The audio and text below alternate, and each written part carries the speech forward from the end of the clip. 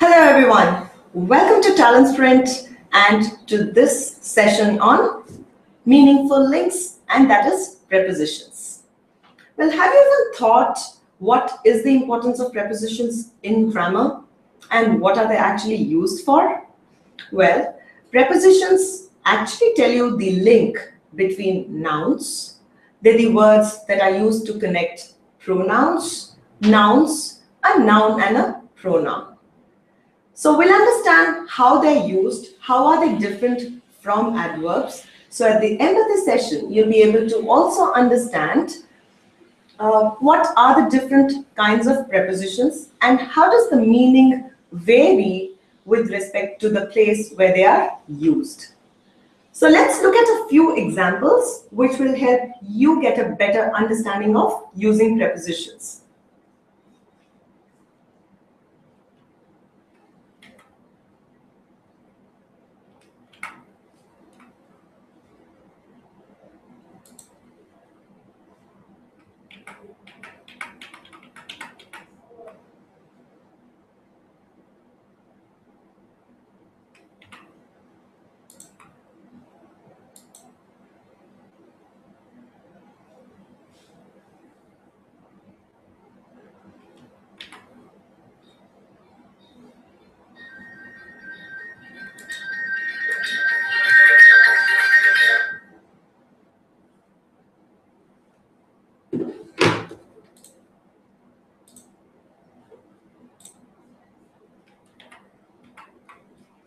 Yeah, let's look at a few examples as to how to use prepositions. Let's look at the first one, which is arrive. How to look at different usages with the verb arrive. Okay?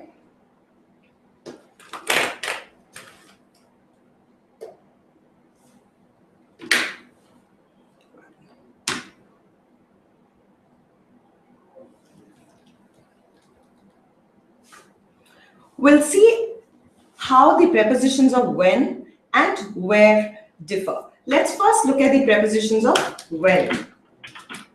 So when you say when, there are prepositions like at, on, and in, right? So how do we understand what is the difference and where should we use at, where should we use on, and where should we use in? Let's see the difference. Let's look at the first example, at. The first sentence, I reached home at 3:30 or at noon.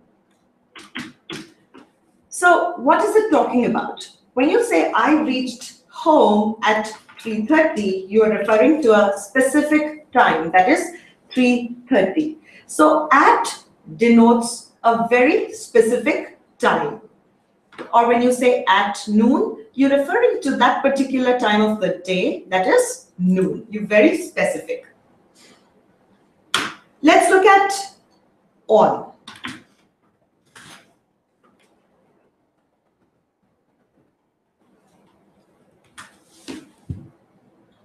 Now this is also with respect to time. However, it's on a broader picture. It isn't as specific as it is for at. So let's look at this example. He reached Delhi on the 20th of January. Although you're referring to a specific date, however, you're not being very specific about the time. Right. So let's also look at now in. When you say in, it generally refers to a month, year, or a season. For example, let's go on a holiday in summer, or let's go on a holiday this year or in 2010. Let me write this example for you. We will go on a holiday in summer. Now, if you look at it, the preposition in, which is talking about the time, is actually talking about a season which is on a much broader frame, and it isn't as specific as it is for at or on. So the other category where we can use arrive, the preposition with respect to arrive, is where. Now where, the moment we hear where, it certainly refers to the place. So when you say place, it is actually either in or at. Now, where should we use in and where should we use at is absolutely dependent on what you're talking about, how specific you want to talk about. We can understand grammar best by taking more and more examples and thinking of more and more examples. So let's, as I type the first example, I want you all to also start thinking with me and start writing sentences wherever you are. Okay, let's look at the first one, at. And when you say at, it is generally referred to a very specific place. Can you think of an example? Yeah, he arrived at the Hotel Taj. He arrived at the Hotel Taj. So here, if you look at it, we are being very specific about the place where he, the gentleman, has arrived. I'm sorry about the spellings. Let's look at this second example, where let's look at another example of at. He arrived at the party before time. He arrived at the party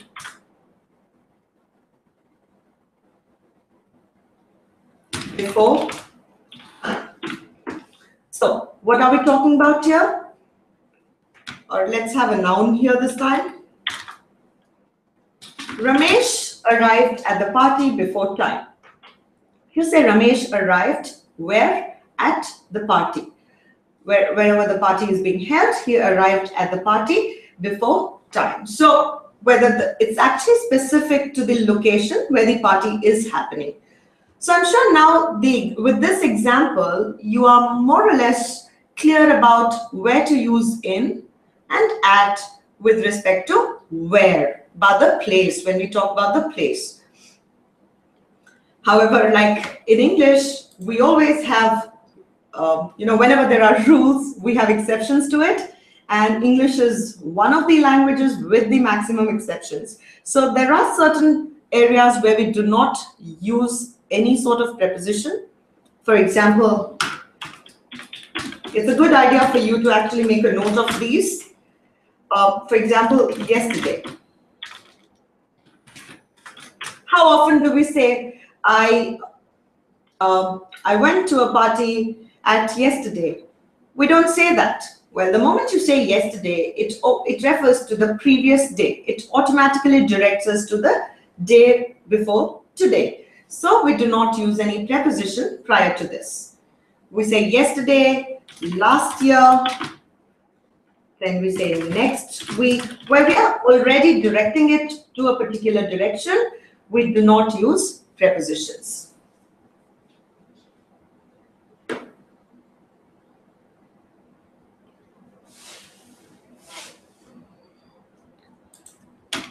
Let me give you one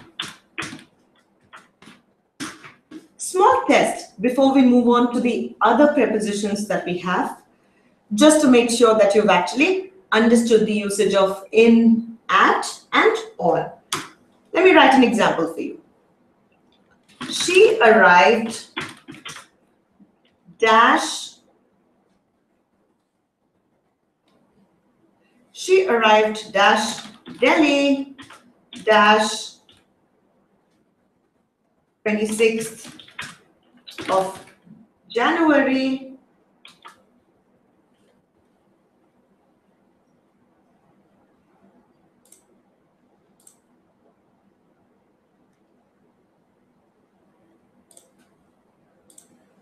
Okay.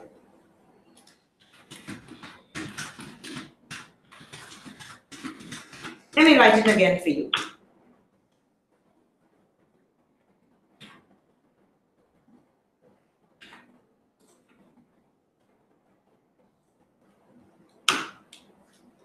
The first practice test for you. She arrived dash Delhi dash 26th of January dash 2015. And the second one, where I want you to fill in the right answers. My brother arrived at dash Delhi airport dash Monday. Let's look at the first one. She arrived dash Delhi. So when we refer to any cities or countries, which preposition do we use? She arrived in Delhi. Now when you look at when, on, this is very specific. On the 26th, sorry I missed, on the 26th of January, in, which is on a much broader scale, in 2015. That is, she arrived in Delhi on the 26th of January in 2015.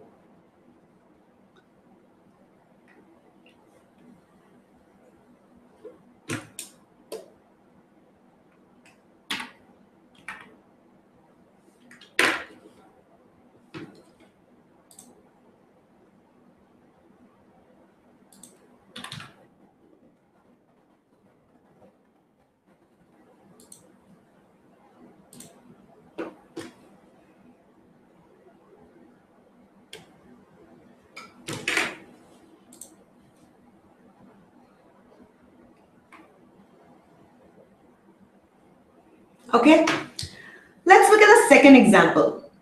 My brother arrived dash Delhi airport dash Monday.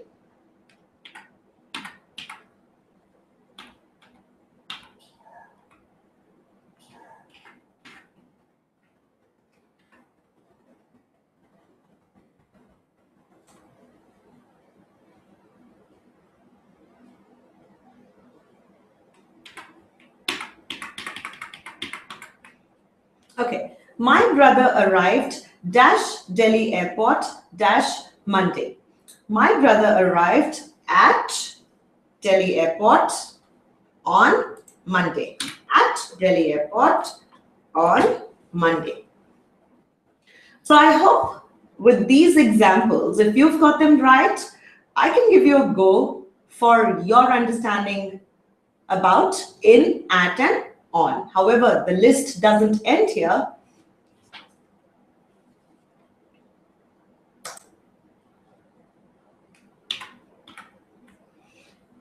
The list doesn't end here, certainly. We've got a lot of other examples, and as we proceed with this session, we'll talk about more and more. However, at this point, I would want you to actually start practicing and start thinking of more and more examples. Let's look at the other set of examples, other prepositions actually with the help of examples, which will help you get a better understanding and a better grip on the usage of prepositions. And we'll follow the same way. We'll take up examples, and as in we'll understand with the help of examples, and towards the end of completing the that particular preposition, we will take a short practice test just to understand if we have understood that particular preposition.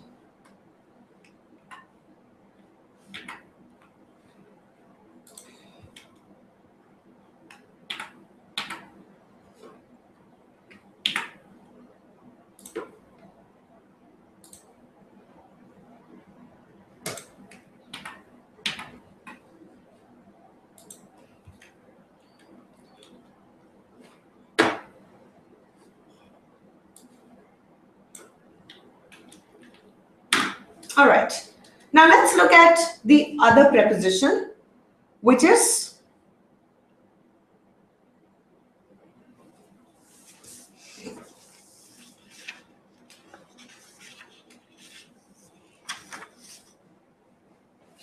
the preposition on. Now, to understand specifically the usage of the preposition on, as I talked to you in the beginning of this session, that the meaning of a sentence is actually the usage of a preposition changes the meaning of a sentence. So we will also understand the context-driven prepositions. So since we've talked about where and when, where we've learned about in, on, and at. Now we will look at specifically about how on is used for different, in different situations. Let's look at the main preposition on. All right. I'll write a few examples. And as I write, I want you all to also start thinking what is the meaning? Though the preposition is the same for all these examples, how do they even differ? Think about the meanings that they convey. The book is on the shelf. When you say the book is on the shelf, what is the preposition here? Let's first see and identify. Well, the preposition is on, right? So when you say the book is on the shelf, it means that the book, the noun that we're talking about, and where is it?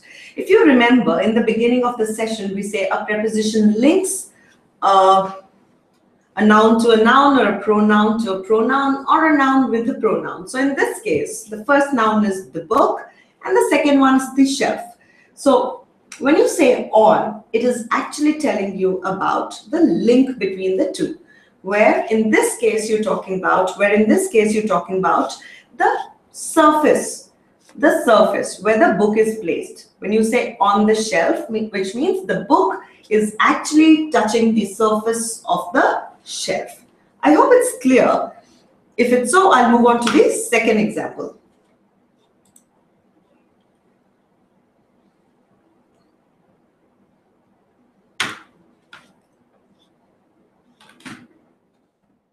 All right, let's look at the second one.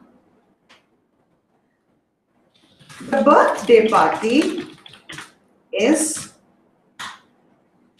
on Tuesday.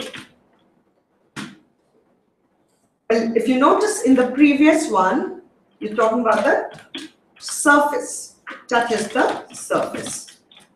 Let's look at this one. The birthday party is on Tuesday. When you say the birthday party is on Tuesday, what is it talking about? It is specifically referring to a day. When is the birthday party? The first noun is birthday party. The second one is Tuesday. So when you say on, it is actually referring to a specific day. So here the usage of on is actually with reference to a specific day. However, in the previous one, it was about touching the surface. Let's look at the third example. Third example is I live on 4th Street. Again, it refers to where does this person, the pronoun I live, I, the verb is live, and what is the link between I and 4th Street is where he stays. So he lives on 4th Street. It is referring to a specific street where the pronoun I lives. In this case, it's a personal pronoun. Specific street. So I hope as and when we're attending this session, you are making notes of the essential pointers for you to understand the difference between the usage of certain prepositions.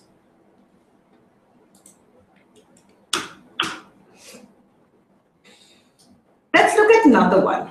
I live on, am reading a book on Java.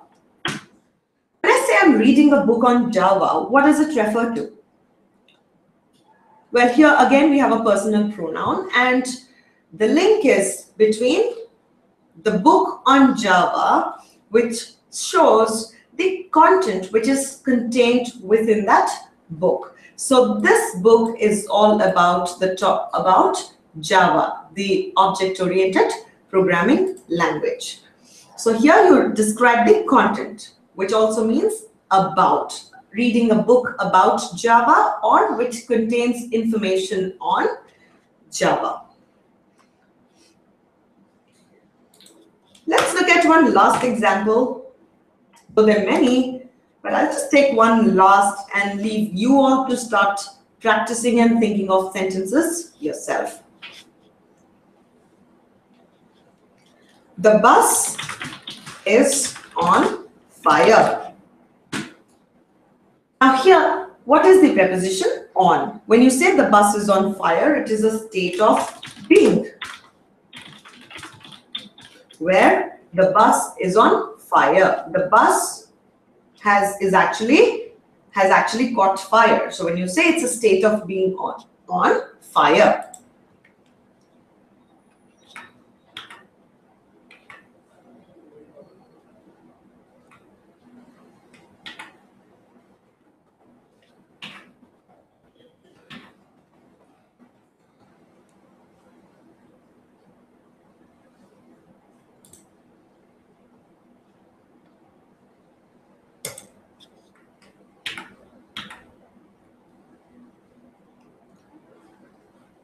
So I think these examples are quite clear. Let's quickly recap. The book is on the shelf where it touches the surface. The birthday party is on Tuesday where you're referring to a specific day.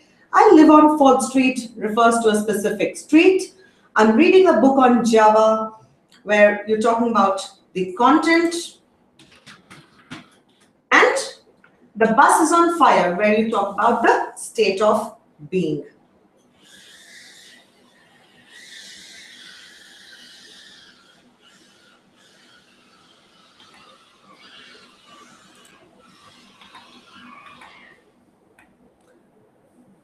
Okay, so I think by now you must have understood how by using prepositions at different places you can convey different meanings. Now the second most important after on is in, and again we'll take up a few examples to understand how the meanings differ with respect to the usage, how the meaning of the sentence differs with respect to the usage of prepositions in that sentence.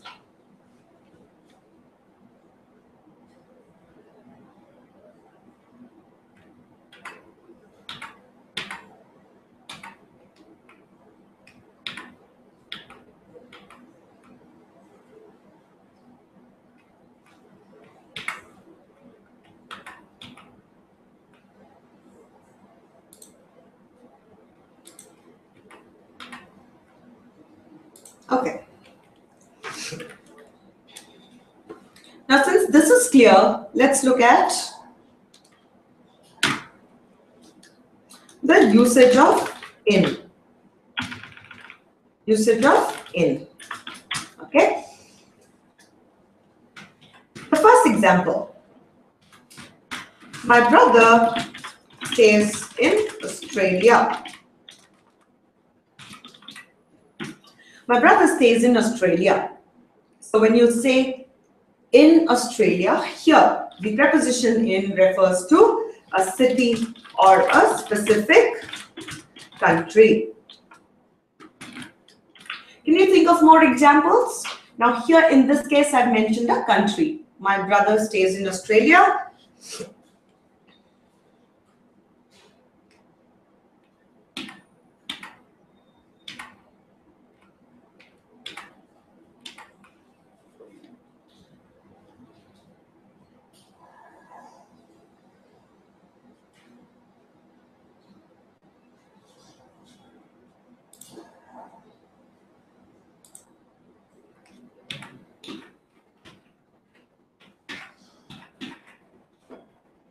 My brother stays in Australia. It refers to a city or a specific country. Let's look at the next example. Your book is in the cupboard. When you say your book is in the cupboard, now here we are trying to get the link between the book and the cupboard. Now when you say the preposition is a linking word, this is in this case. What is it talking about? The book which is contained within the boundaries of the cupboard or contained within the cupboard. Okay, let's look at the third example. I will be back in 20 minutes. When you say I will be back in 20 minutes, you are actually referring to a from and a to. Within that time, that is within the next 20 minutes, you will be back. That is within a fixed time. Right?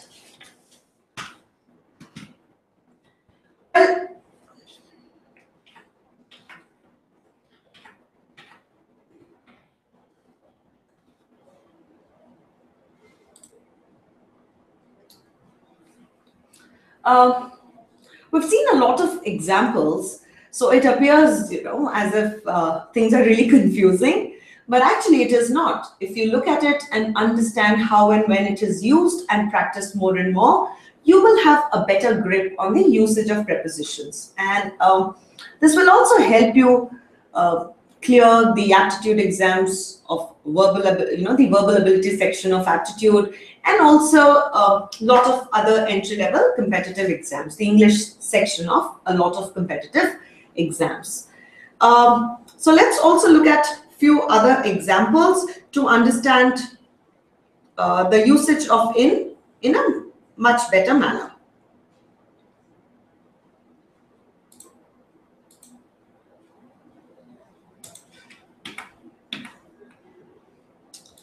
Okay, so we talked about the first three examples where my brother stays in Australia refers to a city or a specific country. Your book is in the cupboard, which is contained within. I'll be back in 20 minutes, that is within a fixed time.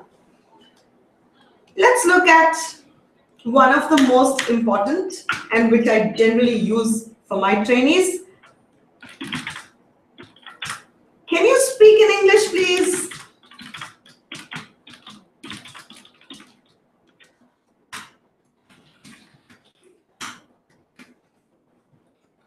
Well, when I say, can you speak in English, please?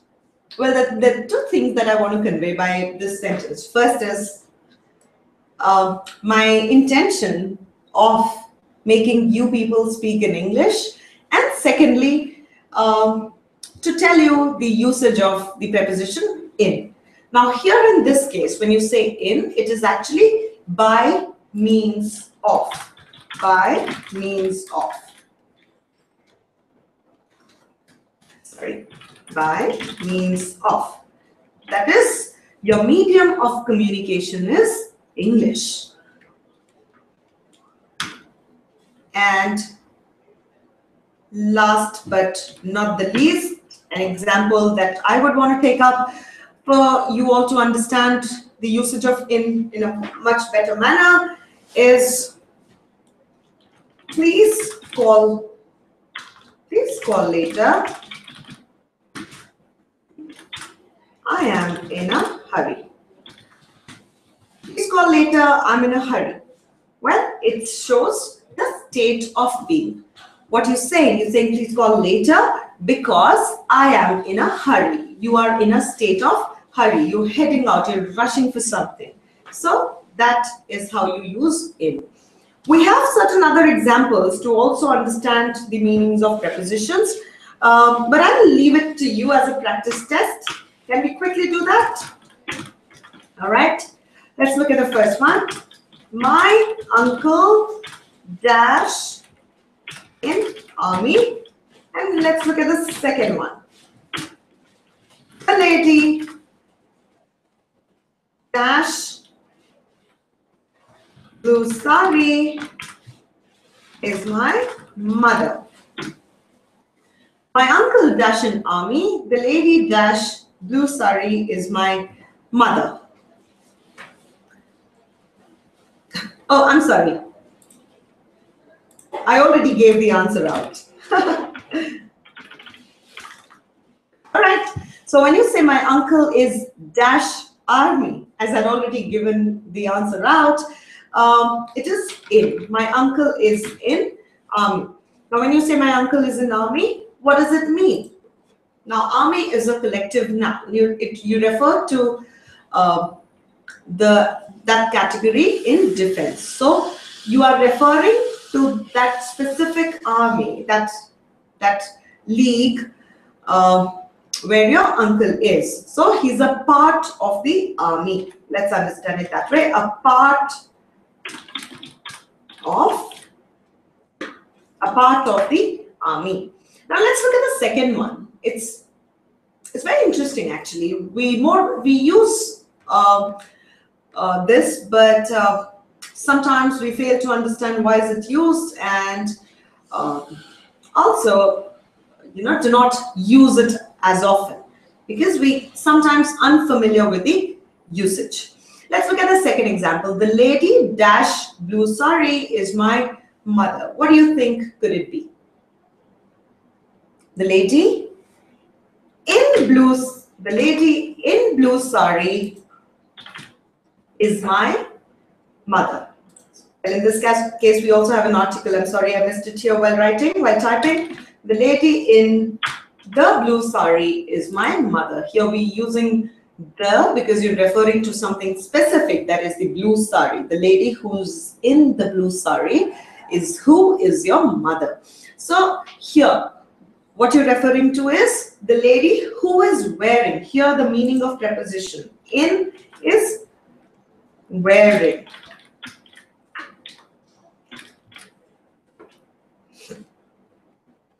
So interesting, isn't it?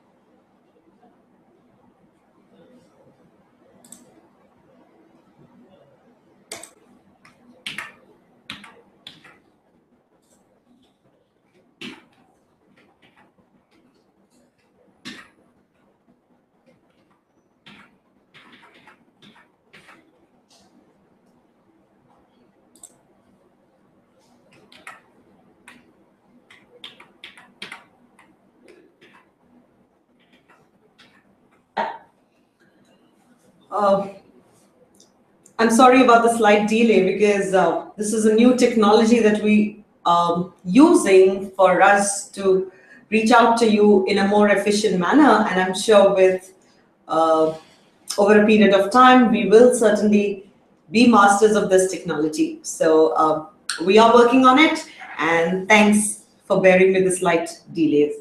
All right, now we just noticed by virtue of these examples that how we can actually convey something different by using the same preposition. So this is exactly what I meant by understanding prepositions contextually, right? Now, let's look at a very important pair of prepositions, since and for. How many of you actually think since and for can be used interchangeably? Well, now that I'm asking the question, you must be wondering, well, they are different. But I've noticed that many of our participants actually use it interchangeably, which is incorrect. So today, as I talk about since and for, I want you to also focus on the difference and practice more to have a better grip on the usage.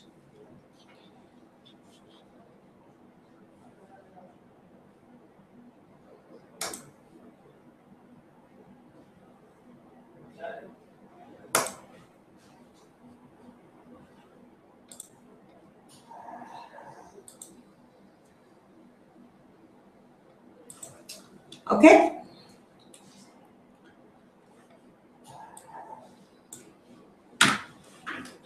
All right, difference between since and for. Since.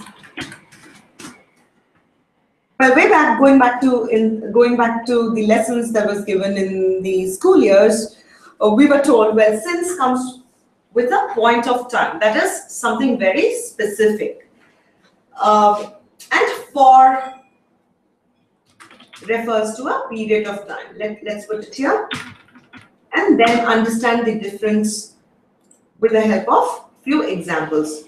Since refers to a point of time and for refers to a period of time. Okay. Now let's understand, because nowhere in none of the exams or tests you will be asked to define since and for. So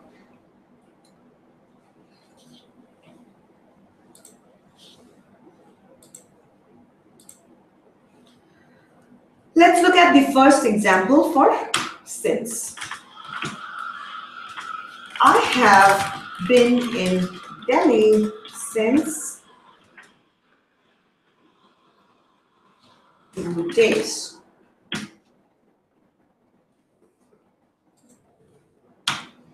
So when you say I've been in Delhi since 2 days, and I'm also saying refers to a point of time or being specific, how is it even calculated? When I say I've been in Delhi since 2 days, it's actually taking today and going back 2 days from now. That's how you understand the example of when I say, that's how you understand the usage of since. So here when you say since 2 days, it refers to from today going back to the previous 2 days. So you've been in Delhi. I have been in Delhi since 2 days. I can also say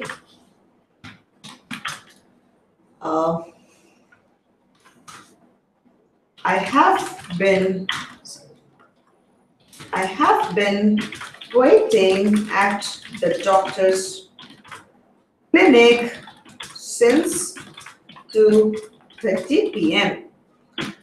Now, if you remember in the previous example, I said we have a point of reference from which we calculate when we say since. So that is how we say it is specific. So when you look at the second example, which says I've been waiting at the doctor's clinic since 2:30 p.m., what does it exactly mean? Which is the point of reference? Let's say the point, let's say now it's 5:30 p.m. or 5:30 in the evening. So what you're trying to say is that even now you've been waiting. You've still not got an opportunity to meet the doctor, and you've been waiting from this point, that is from 5:30, if you calculate backward, since 2:30, which means since the last 3 hours you've been waiting at the doctor's clinic and the wait is still on, which means you've not got an opportunity to see the doctor till now.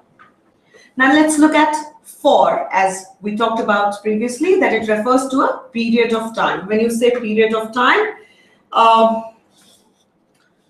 can you think of some examples before I give you one? Well, let's look at the same situation where I mentioned I've been in Delhi since 2 days, okay, where your point of reference is from today. Now let's look at the same situation and use for. I've been in Delhi for, I've been in Delhi for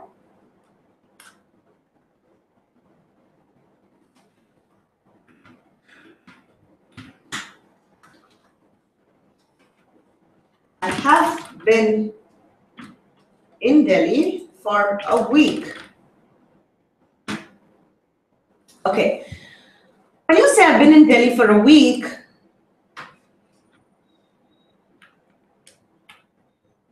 it means you're still in Delhi and you intend to stay further. You do not wish to go. So it's over a period of time, that is for one whole week, you've already been in Delhi, and also moving on, you would be there. Let's look at another example. I am in Delhi for a week. Or if I say I will be in Delhi. Okay, let's take both the examples. When I say I am in Delhi for a week and I will be in Delhi for a week. Now, in addition to understanding the usage of for, I will also give you a slight tip, which I suggest is a good idea for you to make a note of. When I say I'm in Delhi for a week, when I say I am in Delhi for a week, which shows you're using a simple present tense here, and you're talking with respect to future, which means for one whole week you're in Delhi. In what situations do we use this? Well, we use this in a case where you're absolutely sure that you are in Delhi for a week. When there is absolutely no chance for your plan to get cancelled, that's when you can say I am in Delhi for a week. However, the similar situation where you're using future tense, I will be in Delhi for a week, this means, well, you're talking about future where you will be in Delhi for a week. However, in this case, you will be in a case where there could be a possibility that you may extend your stay, or your visit to Delhi could be cancelled. So that's the difference. So we just noticed that there's so much to tell in English, and that makes this language so exciting. All right. Can we quickly do 2 examples for me to understand that you have understood it well? We'll call it practice. Okay? Practice. To understand the difference between since and for. Okay. I have known him dash 6 months. And the second example, I have known him dash January.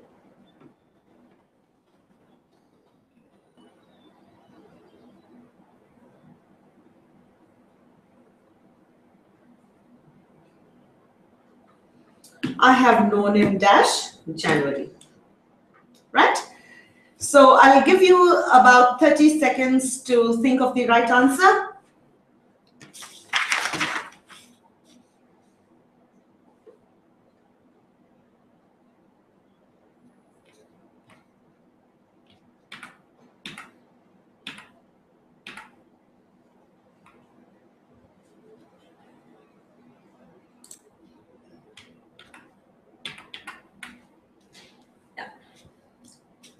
So are you still working on the answers?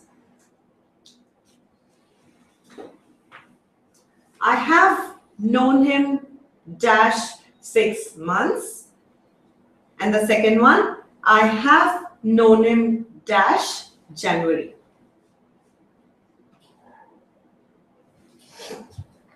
So I have known him dash 6 months. Are we referring to something specific, or it's over a period? I have known him for 6 months. I have known him since, or I know him since January. Do we have the answers right now?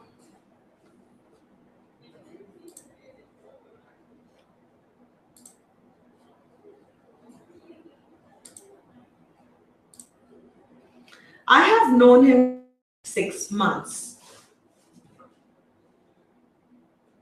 I have known him for 6 months. Okay? And I have known him since January. Were you referring to a specific month? January. Right? So I hope this is clear. I suggest you need to use a lot of prepositions in sentences, do a lot of practice.